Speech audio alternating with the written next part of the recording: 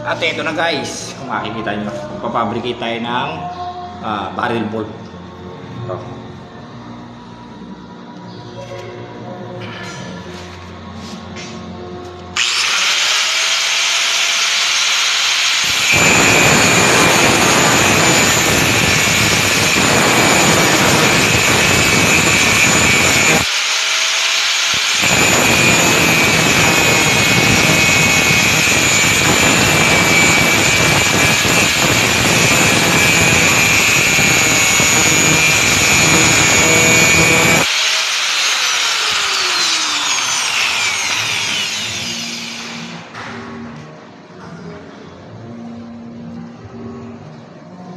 Yan, makikita ninyo.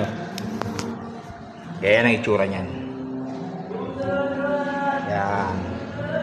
Barrel bolt na siya. Yan. Gawa tayo na para makatipid ang school. Tapos kung makikita nyo maraming sobra, gagawin naman natin handle yan.